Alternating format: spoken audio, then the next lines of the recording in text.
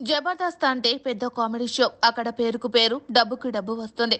లైఫ్‌లో సెటిల్ అవ్వడమే కాదు, వెండితెర మీద కూడా వెలిగిపోవచ్చుననే ఆశలపై చాలా మంది జబర్దస్త్ కమెడియన్స్ నీళ్లు చల్లుతున్నారు.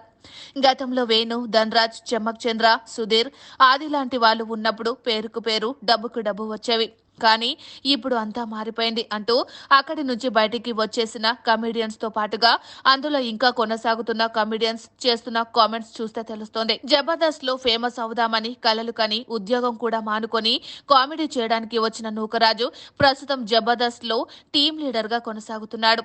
తాజాగా అతను ఒక ఇంటర్వ్యూలో మాట్లాడుతూ జబర్దస్త్ లో చాలా అవమానాలు ఎదుర్కొన్నాను. టీం లీడర్ గా ఉన్న వాళ్ళు సీనియర్స్ కొందరు కుళ్ళు రాజకీయాలు ప్రదర్శిస్తారని, తనని తాను నిరూపించుకొని ఎదుగుతున్న టైంలో ఆ కుళ్ళు రాజకీయాలను భరించలేకపోయానని నూకరాజ్ కుండబద్దలు కొట్టేశారు. అసలు జబర్దస్త్ షోలో టాలెంట్ గురించి పట్టించుకునేది చాలా తక్కువ.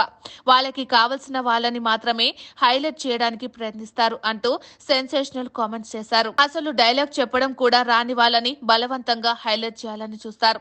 కొన్నిసార్లు ఈ రాజకీయాలు భరించలేక ముఖం మీద అడిగేసిన సందర్భాలు ఉన్నాయి. అలా నేను ధైర్యం చేసి అడిగినప్పుడు నన్ను కొన్ని ఎపిసోడ్స్ నుంచి తీసేశారు. కొన్నిసార్లు ప్రోమోలో కూడా నేను కనబడకుండా చేసేశారు. దీనివల్ల చాలా సందర్భాల్లో మెంటల్ గా డిస్టర్బ్ అయ్యా. ఇంత రాజకీయం జరుగుతున్నా నన్ను నా రైటింగ్ కాపాడింది. అదే నన్ను ఆడియన్స్ కి చేరువ చేసింది అని నూకరాజు జబర్దస్త్ స్కూల్ రాజకీయాలను బయటపెట్టాడు.